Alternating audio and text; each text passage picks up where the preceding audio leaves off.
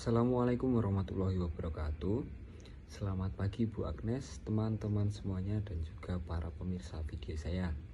Di sini saya akan mempresentasikan hasil telaah saya dan modifikasi saya terkait modul ajar yang telah guru buat di SD Negeri Gedong Tengen. Modul ajar tersebut berada pada kelas 4A dengan mata pelajaran Pendidikan Pancasila dan materi Pancasila. Baik, untuk kelas 4A sendiri terdapat 22 peserta didik dengan 11 peserta didik laki-laki dan 11 peserta didik perempuan.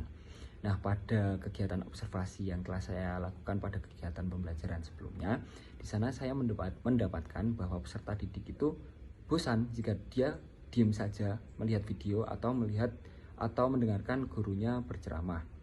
Oleh karena itu, pada modul ajar yang saya modifikasi ataupun modul ajar yang belum dimodifikasi oleh saya, di situ walaupun terdapat media pembelajaran video, akan tetapi siswa tetap digerakkan atau menggunakan kinestetik agar mereka tidak bosan, yaitu pembuatan sebuah proyek kecil, bukan dengan proyek yang besar yang memakan waktu, akan tetapi proyek kecil dari kegiatan pembelajaran yang telah dilakukan. Untuk proyeknya sendiri beliau menggunakan laporan, akan tetapi saya ganti dengan mind map agar lebih kreatif dan inovatif seperti itu. Nah, mari kita mulai saja dari poin pertama, memodifikasi modul ajar beliau. Poin pertama ada menambahkan pendekatan pembelajaran, karena di modul ajar beliau belum tertuliskan pendekatan pembelajaran apa yang beliau pakai untuk kegiatan pembelajarannya. Maka setelah saya telaah pada kegiatan pembelajarannya,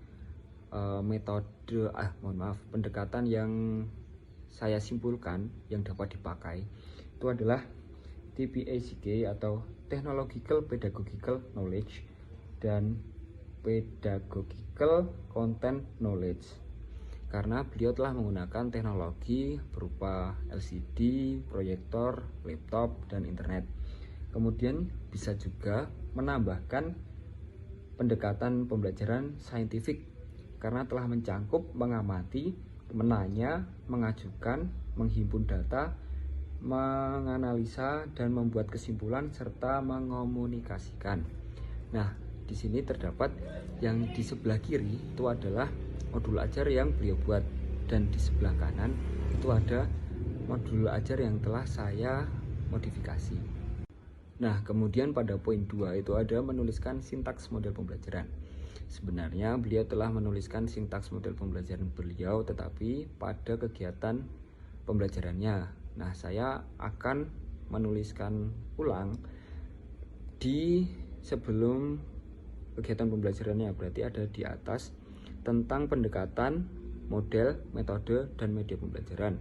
Di situ telah saya tuliskan sintaks model pembelajaran dari PBL, yaitu orientasi siswa pada masalah, mengorganisasi siswa untuk belajar, membimbing penyelidikan individual maupun kelompok, mengembangkan dan menyalin hasil, dan yang terakhir menganalisis dan mengevaluasi proses pemecahan masalah.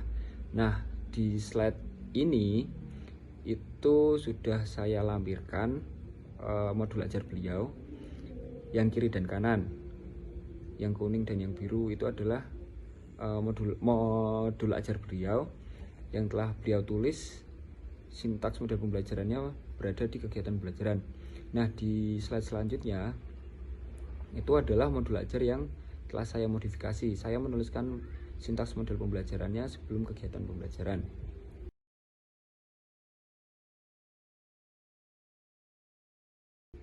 Nah, pada poin ketiga itu ada menambahkan metode pembelajaran, karena di modul ajar beliau yang kuning atau sebelah kiri ini belum terdapat metode pembelajaran. Mungkin metode pembelajaran tersebut sudah ada di dalam implementasi kegiatan pembelajaran beliau, akan tetapi belum beliau tulis di modul ajar beliau. Oleh karena itu saya modifikasi, saya tuliskan metode ajar beliau di sebelah kanan ini yang berwarna hijau. Itu adalah modifikasi metode pembelajaran dari saya. Selanjutnya adalah menambahkan pemahaman bermakna, karena dari modul ajar yang saya tahu pemahaman bermakna itu juga penting dalam modul ajar. Oleh karena itu, saya tuliskan pemahaman bermakna di poin C setelah pendekatan, metode, dan lain sebagainya seperti itu. Nah, terdapat modul ajar beliau yang sebelah kiri itu belum ada pemahaman bermaknanya. Kemudian saya modifikasi yang berwarna hijau tersebut.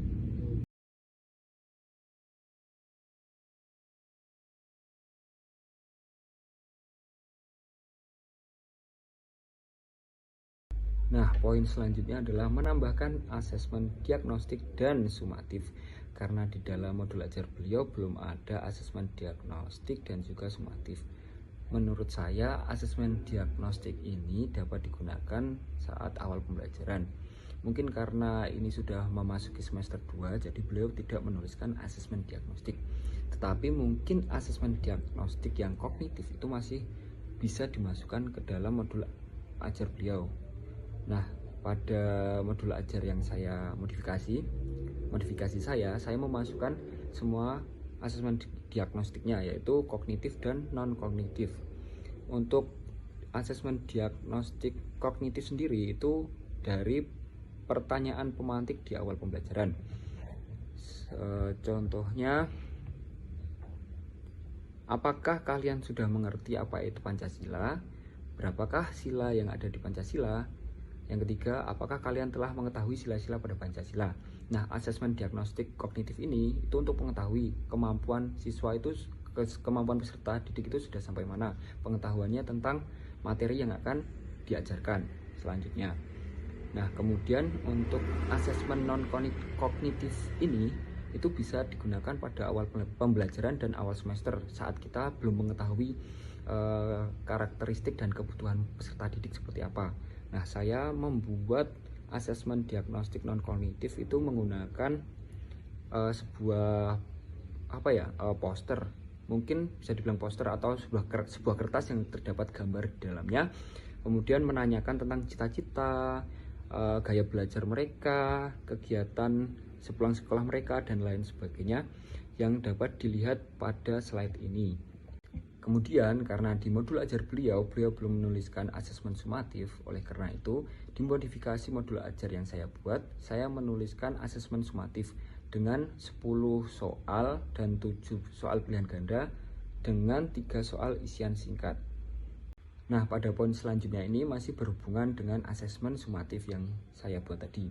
Di sini saya menambahkan pedoman penskoran dan juga kunci jawaban dari asesmen sumatif yang telah saya buat. Terdapat 7 pilihan ganda dan juga 3 isian singkat. Akan tetapi karena tidak cukup saat saya screenshot layar saya, akhirnya yang saya masukkan di situ hanya 9 soal. Akan tetapi soal yang saya buat itu ada 10.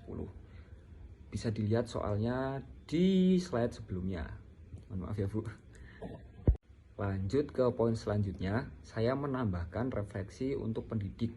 Di modul ajar yang beliau buat itu sudah ada refleksi, tetapi hanya refleksi untuk peserta didik. Bisa dilihat pada slide ini, di sebelah kiri itu adalah modul ajar yang beliau buat dan di sebelah kanan itu adalah modul ajar yang saya modifikasi. Di situ saya menuliskan refleksi pendidik. Untuk refleksi peserta didiknya saya menuliskan sama dengan yang beliau buat karena sudah bagus, memang sudah bagus. Oleh karena itu hanya saya tuliskan refleksi pendidik. Di situ terdapat apakah semua pendidik telah paham dengan materi yang diajarkan dan lain sebagainya. Terdapat 3 poin di situ. Nah, kemudian sudah sampai kita ke poin terakhir, yaitu saya mengganti hasil karya siswa atau proyek yang siswa buat. Di slide ini dapat dilihat pada gambar yang atas di tahap 4 itu adalah modul ajar yang guru buat.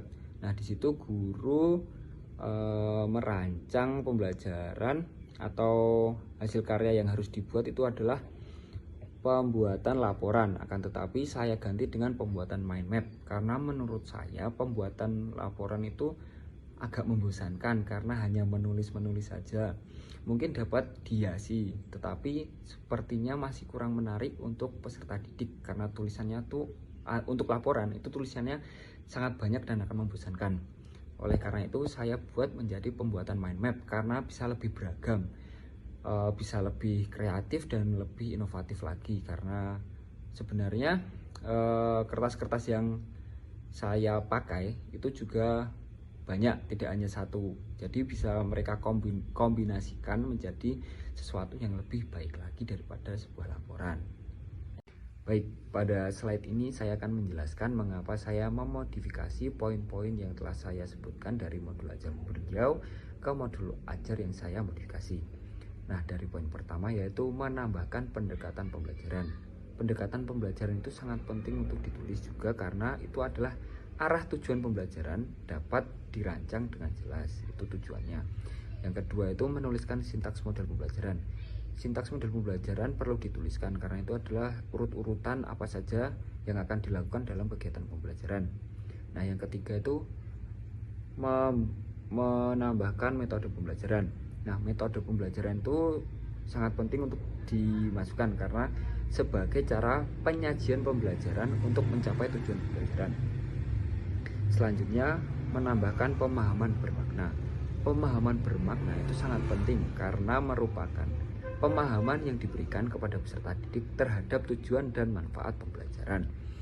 Dan selanjutnya ada menambahkan pertanyaan pemantik. Sebenarnya pertanyaan pemantik ini untuk mengetahui sampai mana siswa mengetahui materi yang akan kita jalankan pada kegiatan pembelajaran, sampai mana mereka paham tentang pembelajaran tersebut. Selanjutnya itu menambahkan asesmen diagnostik dan sumatif. Asesmen diagnostik sendiri itu termasuk pertanyaan pemantik tadi itu termasuk dalam asesmen diagnostik juga. Kemudian asesmen diagnostik itu perlu ditambahkan karena itu untuk mengetahui sampai mana peserta didik dari pemahamannya, psikologinya, kesiapan belajar mereka. Nah, untuk asesmen sumatif sendiri untuk menilai sejauh mana mereka sudah dapat memahami pembelajarannya untuk mendapatkan nilai atau skor, mohon maaf sama aja, tapi dalam bentuk kuantitatif, dalam bentuk angka. Nah, selanjutnya menambahkan pedoman penskoran dan kunci jawaban. Itu perlu dilakukan agar kita tidak bingung lagi bagaimana menambahkan jawaban-jawabannya. Harus membuat kunci jawaban lagi, harus membuat pedoman penskoran lagi. Kalau kita sudah tulis, kita sudah dapat melihatnya saja. Kemudian menambahkan refleksi pendidik. Refleksi peserta didik itu sangat penting untuk kita sebagai pendidik memahami pemahaman siswa telah sampai mana juga. Akan tetapi refleksi pendidik pun juga sangat penting untuk pendidik itu sendiri, bagaimana memahami siswa untuk pembelajaran, untuk evaluasi pembelajaran ke depannya. Selanjutnya mengganti hasil karya siswa atau proyek, yang mana tadi sudah saya jelaskan bahwa proyek atau hasil karya siswa yang saya ganti tadi itu lebih menarik dan lebih kreatif untuk siswa lakukan. Terima kasih. Nah, mungkin cukup seperti itu saja presentasi dari modifikasi modul ajar yang telah saya buat.